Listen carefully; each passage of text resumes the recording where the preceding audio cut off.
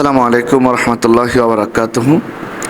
প্রিয় দর্শক শ্রোতা, আমি পূর্বের একটি ভিডিওতে বলেছিলাম যে সকল মাদ্রাসাগুলোতে বলাৎকার হয়, অসামাজিক কার্যকলাপ হয়, এগুলো অতি সত্বর অনতিবিলম্বে বন্ধ করার দাবি জানিয়েছিলাম। আমি ইনশাআল্লাহ দায়িত্বহীন কণ্ঠে এখনও বলতে চাই যে আমি আমার সেই কথার উপর এখনও ইস্তেকামাত রয়েছি। আমাকে ফেসবুক, সোশ্যাল মিডিয়াতে অনেক হামকি দমকি দেওয়া হয়েছে কেন আমি এই ধরনের কথা বললাম। আমি ইনশাআল্লাহ এই ধরনের কথার উপর, এমন কথার উপর এখনও কিয়ামত পর্যন্ত, আমার মৃত্যু পর্যন্ত ইস্তেকামত থাকব।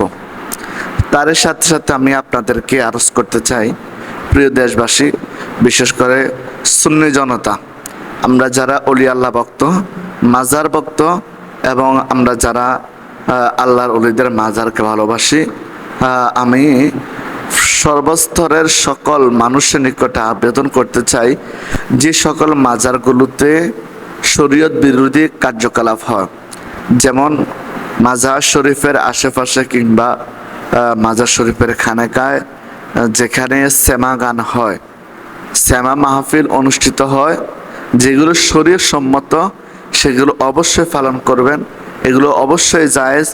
কিন্তু তার পাশাপাশি যে সকল কিছু পাগল মাতালারা যে সকল মাজার শরীফের আশেপাশে গিয়ে গাঁজা মদ সেবন করে, সেখানে আবার সেমা মাহফিলের নামে ভণ্ডামি করবে, আমরা তাদের বিরুদ্ধে জিরো টলারেন্স।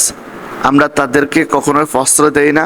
যদি এমন কোথাও হয়ে থাকে তাহলে অবশ্যই আমরা সকলে মিলেমিশে, আমরা সকলে শান্তির বার্তা দিয়ে আমরা সেখানে তাদেরকে বুঝিয়ে শুনিয়ে আমরা সেখানে শরীয়ত বিরোধী কার্যকলাপ অবশ্যই বন্ধ করব, কারণ এটা আমাদের সকলের ঈমানি দায়িত্ব। তাই আসুন, আমরা এই দেশকে ভালোবাসি, আমরা এই দেশের পক্ষে কথা বলি, এই দেশের পক্ষে কাজ করি। আল্লাহ পাক যেন আমাদেরকে এই দেশের পক্ষে চলার এবং কাজ করার তৌফিক দান করুক। ওয়া মা তাওফিক ইল্লা বিল্লাহ।